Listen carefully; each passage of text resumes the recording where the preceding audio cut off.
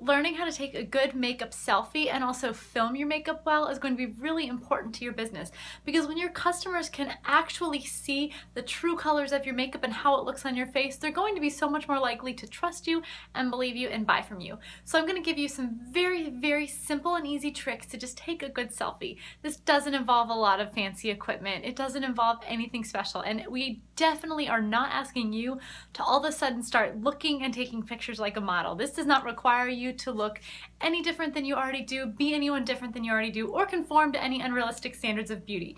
I'm going to teach you how to take the best picture of your beautiful face in your makeup. So let's get started. Okay, first tip when you are taking a selfie or filming. Lighting is the most important thing. If you remember nothing else, just remember lighting, lighting, lighting. Natural light is always going to be the most flattering. Never harsh overhead light, never a bathroom light, never artificial light. Natural light is going to be the most flattering. This is why we don't want to use bathroom lighting. The lighting is very harsh, it casts a yellow tint, and because the lighting is above me, because it's overhead, there's a lot of unnecessary shadows, and you really can't see any of my makeup or any of the colors. So unless you have a big, beautiful window in your bathroom that gets a lot of natural light and you can film facing that window, don't film in your bathroom. It's just not worth it, and it's not going to give you flattering pictures, flattering makeup, or attract your customers to the products that you're using. So natural light always, not artificial. You'll see that I have no shadows on my face, that you can see the true color of my makeup, that it looks flattering, and my makeup looks good. My customers can see exactly how the makeup looks on my face because I'm standing in front of a window. When the source of natural light is in front of you, you get the most flattering light for your pictures and for your selfies and for your videos. If I turn around and the lighting source is behind me, it gets really dark, you can't see anything on my face, and it's just not a flattering picture. So you always want to make sure that the light source is in front of you. If it's really bright out that day, I recommend filming in front of a window that has some curtains, because a diffused light source will always be more flattering than a very harsh bright light source. So I just have some very thin white curtains that I can close if I need to, if it's too bright that day. But if not, I just sit in front of my window and either take my pictures or film. So let me show you my setup, because it's really simple and easy and inexpensive, and it's how I do all of my videos. This is my secret weapon when it comes to filming. It's a very inexpensive GPS holder that I just got off of Amazon for a few bucks. It sticks straight to my window and my phone clips in. You'll notice that I'm filming horizontally. Always film your videos horizontally. Pictures you can take vertically or horizontally, but when you film, if you film vertically, then your customers get only part of the screen, and you have two black lines on the other sides of your picture. You want to film horizontally so that your film takes up the whole screen.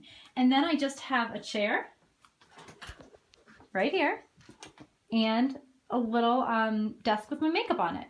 And I sometimes will write out what I'm going to film. I sit in my chair in front of my camera and I film. Makeup's right there, camera's right there, natural light is pouring in. And like I said, if it gets too bright, I can easily just close these curtains, and all of a sudden I have a filtered light source. That's all I do when I sit down and film. When I'm taking pictures, I usually just stand up and hold my phone, but this is not rocket science here, people. It's simple and easy.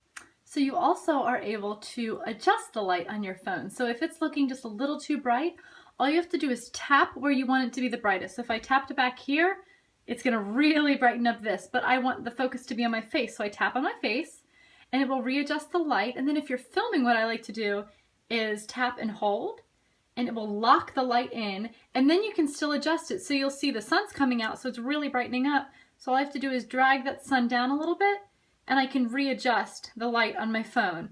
And then it will lock that into place the whole time you're filming, so you don't have the light adjusting and doing this while you're filming. Does that make sense?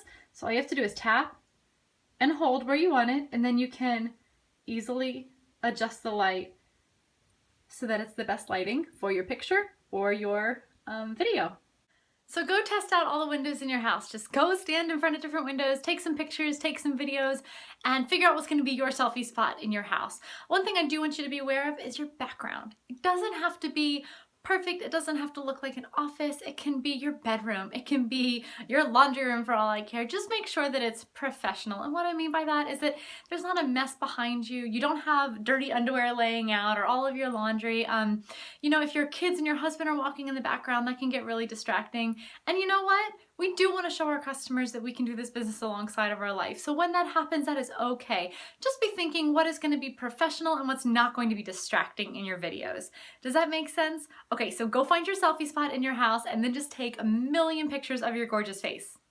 Where you hold your phone when you are either filming or taking a picture is going to make a really big difference. So when you're filming, you want to make sure that your phone or your camera is at eye level. You want your customers to feel like that they're in person with you, having a conversation with you. So when you keep your phone at eye level, they really feel like they're there talking with you. If your camera or your phone is really far above them and you're looking up, well, that's really uncomfortable. And if it's really far below you and you're looking down, that's very uncomfortable for them too. So make sure that your phone is at eye level. And when you're talking to the camera, don't look at yourself on the screen like I've been doing, which I can't help to do sometimes. But when I'm looking at myself on the screen, it doesn't look like I'm looking at you. Focus on the camera, on the actual little camera circle in your phone. So when you're talking, talk to the camera. It feels weird because you're not looking at yourself, but it's going to help your audience connect with you more. It's really these little subtle things that make a big difference. Okay, now how do you take a flattering picture? All right, you got your phone. Eye level and a little bit up. That is the most flattering angle, is just above eye level, not all the way up here, because that's weird, and not down here because that gives you a double chin. I don't care how skinny and beautiful you are, you will have 5 chins if you take a picture from down here. You want to hold it at eye level and just a little bit up. And again, remember looking at that camera so that you're connecting with your audience. Now, the back camera is actually a much better quality camera. If I'm going to use the back camera, I'll hold a mirror here so I can see what I'm doing. And then I will just tap, try to get my lighting right, and take a picture. All you need to know is that that's a better quality camera, but it is much easier to see what you're doing when you use the front-facing camera. So I use the front-facing camera 98% of the time. Now, the way to keep your customers interested and keep your pictures from getting boring is to have some variety in them. Put your personality into your videos and into your pictures.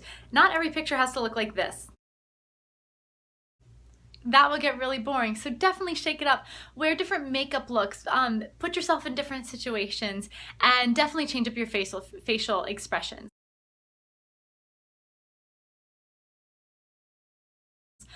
The most important thing to remember, other than good lighting, is that you need to be yourself in your videos and in your pictures. Showcase your personality and who you are, because no one else can do this business like you.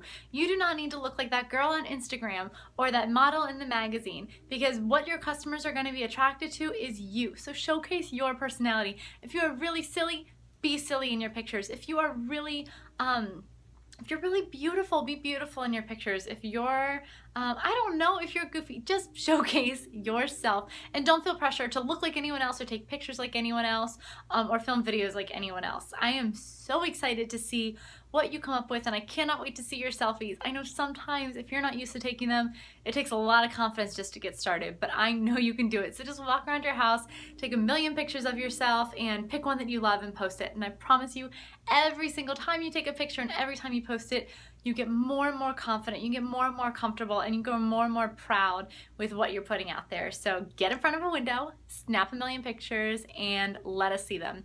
All right, girl, go get your pictures taken.